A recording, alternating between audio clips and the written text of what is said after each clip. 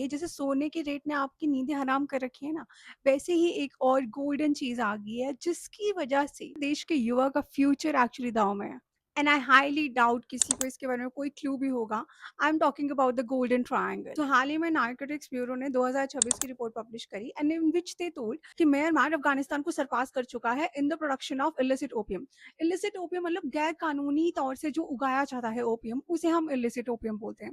अब ओपियम है क्या? ओपियम पॉपी प्लांट से निकला हुआ एक रस है जिसकी वजह से आपकी हीरोइन बनती है, अफीम बनती है, देन मॉर्फिन बनता है। अब इतने सालों से अफगानिस्तान इस ओपियम प्रोडक्शन का इकलौता अनडिस्प्यूटेड किंग था। लेकिन अब क्या हुआ? क्योंकि 2021 में तालिबान आ गई वहां पे एंड तालिबान ने इस ओपियम प्रोडक्शन पे बैन लगा दिया। क्यों? क्योंकि तालिबान अपना रिलेशन इंटरनेशनल कंट्रीज के साथ अच्छा बनाना चाहता था, लेजिटिमेसी एस्टेब्लिश करना चाहता था। क्योंकि तालिबान ने तो ओपियम की प्रोडक्शन में बैन लगा दिया, जिसकी वजह से सोच सकते हो आप 93% of world's opium production actually stop. अब सप्लाई कहाँ से मिलेगी? सो इकोनॉमी का बहुत बढ़िया रूल है दैट डिमांड्स क्रिएट सप्लाई। अब इस सप्लाई को पूरा कर रहा है म्यांमार, हमारी neighbouring country. Why Myanmar is doing this? Because they have three reason to do that. पहला, political instability.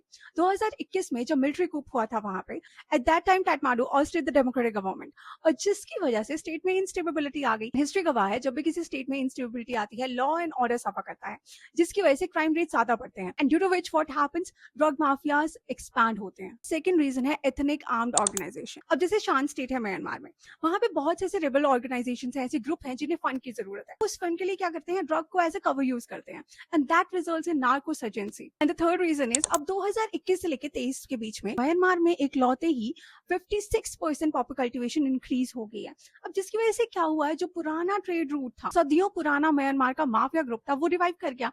And that mafia group is the Golden Triangle. And the another network जो पाकिस्तान, अफगानिस्तान और Iran का network है, उसे हम बोलते हैं golden crescent. 21st century में लोग सिर्फ ओपीएम पे ही डिपेंडेंट नहीं है for that so called drug thing. अब लोग सिंथेटिक ड्रग्स बना रहे हैं। फॉर एग्जाम्पल, आपने यूएस में देखे होंगे लोग जॉम्बी बनते हुए। उस स्पेसिफिक ड्रग का नाम है amphetamine type stimulant. Popularly it is also known as a madness drug. आपकी सेंट्रल नर्वस सिस्टम को ओवर स्टिमुलेट कर देती है। मैडनेस ड्रग है जिसमें जॉम्बी बन जाते हैं लोग, कुछ पता ही नहीं चलता। अगर ये ड्रग इंडिया में आ गई तो यूथ का क्या होगा? And now what's the situation is, India is actually sandwiched between Golden Triangle and Golden Crescent. बात सिर्फ ओपियम प्रोडक्शन की नहीं है। जब भी कोई माफिया या ऐसा गैंग रिवाइव करता है, वो कहीं ना कहीं अपने साथ वेपन्स भी लाते हैं, आर्म्ड रिबिलियन शो करते हैं, and that is dangerous for the democratic country like us.